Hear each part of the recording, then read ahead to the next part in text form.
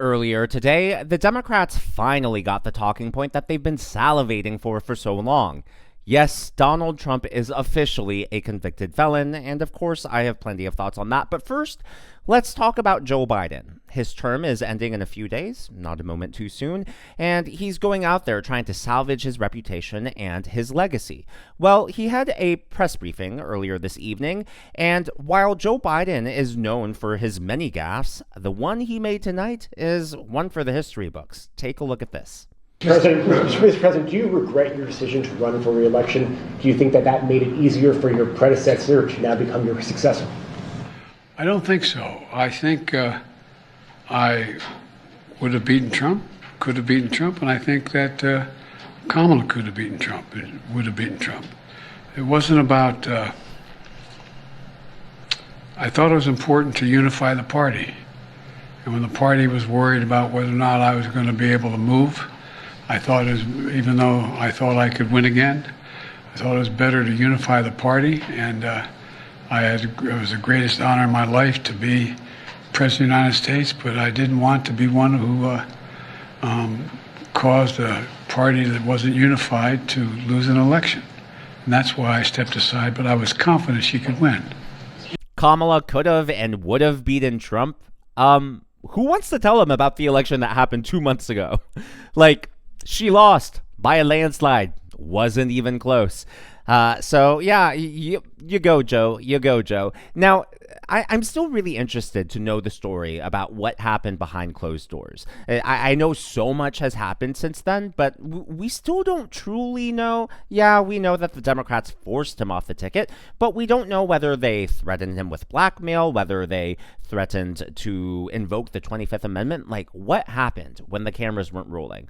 Because his entire administration, his press secretary, and yes, Joe Biden himself, they were also adamant that he wasn't going to drop out of the race until he did it. So I do want to know that story.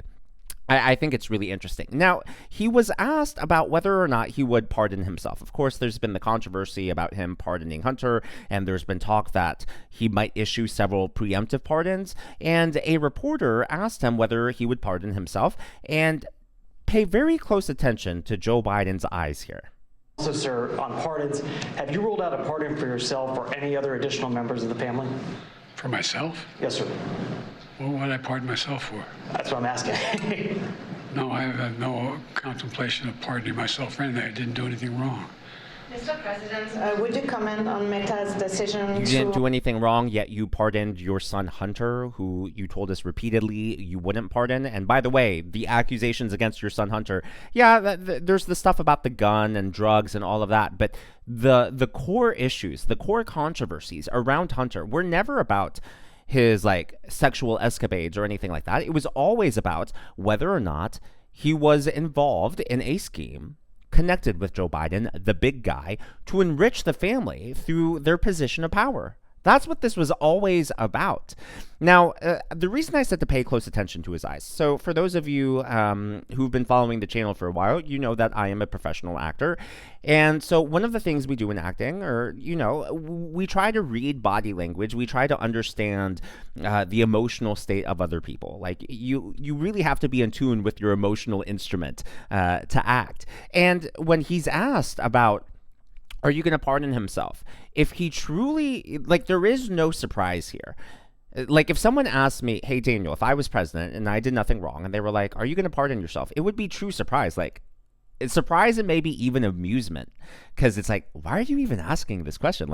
No, right? But instead, what I saw immediately, and I didn't even sit and reflect on this. The first time I saw this clip, my immediate gut reaction of my emotional instrument, just observing him, is anger. Of the words he's saying is why would I do that? But it's anger because there's an unsaid accusation there, right? And I don't know if I'm reading too much into it, or can you see this as well? Ruled out a pardon for yourself or any other additional members of the family? For myself? Yes, sir. Well, what did I pardon myself for? That's what I'm asking. No, I have no contemplation of pardoning myself for anything. I didn't do anything wrong.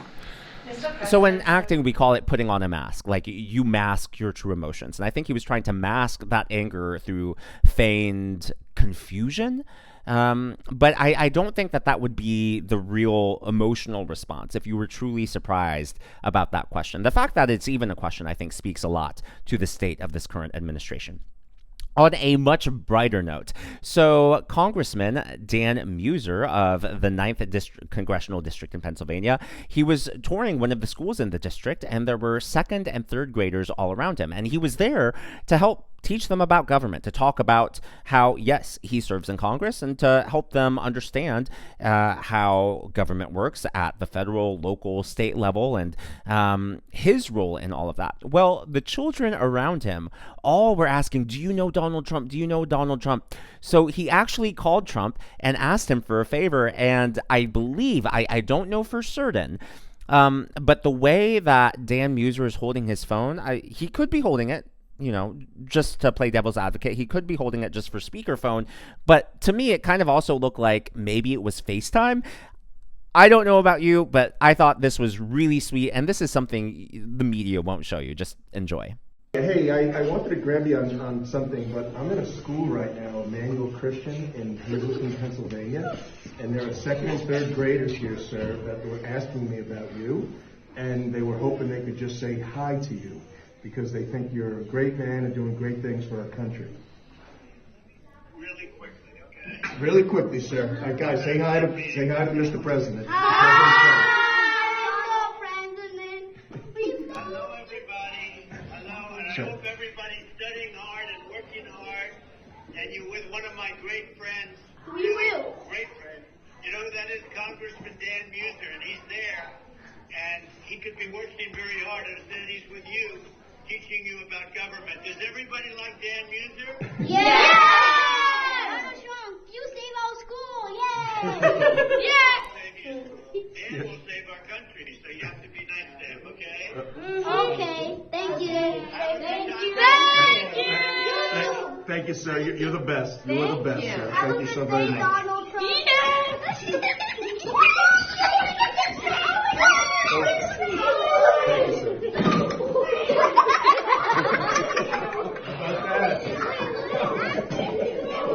That is just so cute, so sweet, so wholesome. That is a core memory that those children will remember for the rest of their lives. So I'm really happy for them. And I'm glad that that was shared by Dan Muser himself on his social media.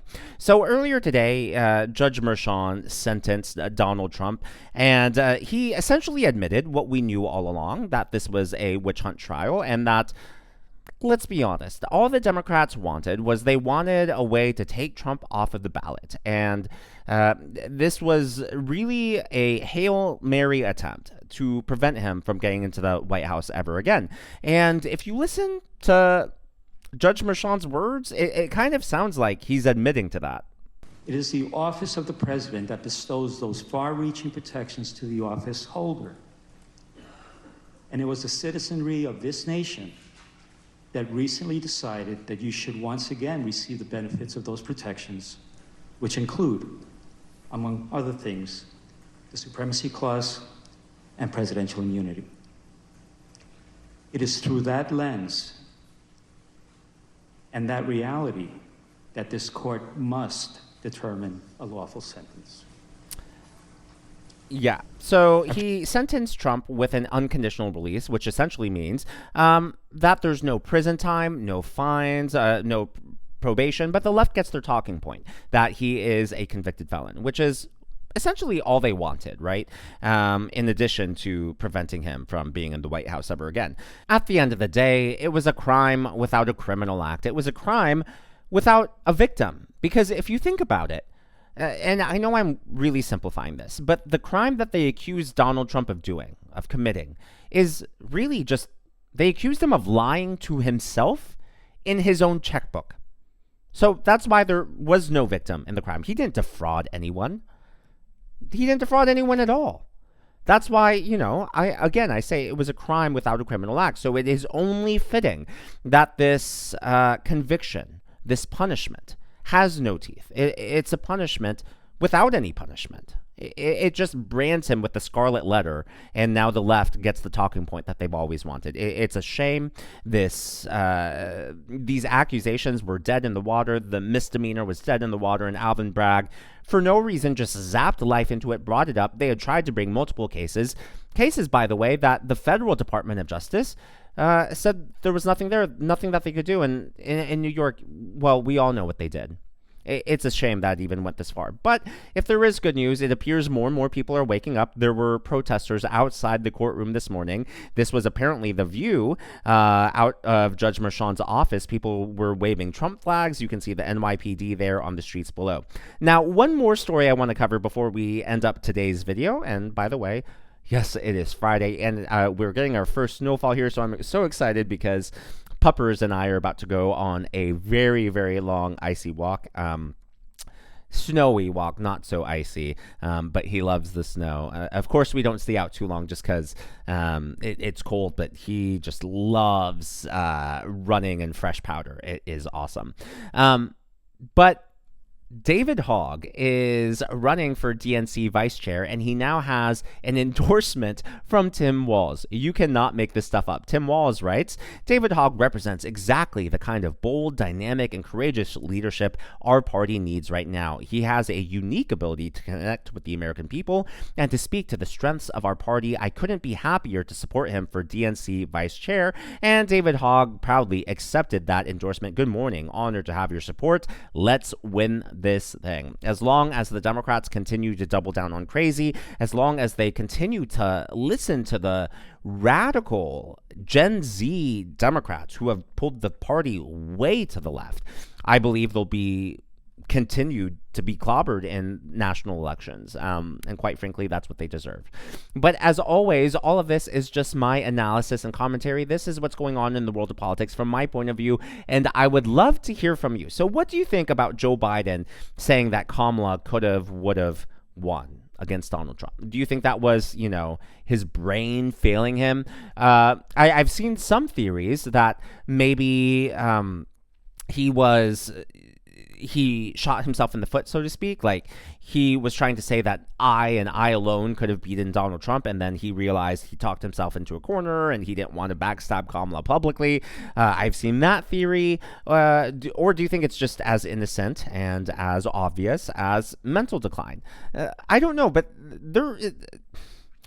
there is a lot about that story, and there's a lot about how that unfolded, and so much happened since then, right? It was a crazy election. So and with Donald Trump coming up, so many people are focused on the future, and rightly so. But part of me still, there's a story there that is waiting, needs to be told, and I want to know what it is. I want to know what happened behind the scenes, the final nail in his political coffin that got him to drop out. And I wonder if, any of that impacted what he said and why he said it.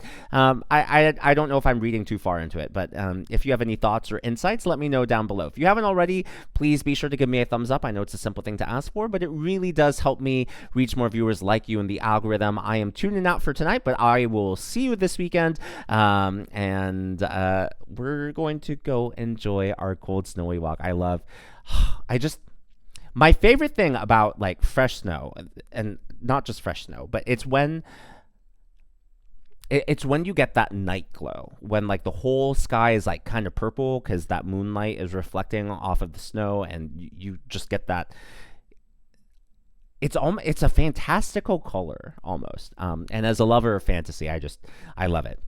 If you haven't already, please be sure to smash that subscribe button and to check out one of these videos.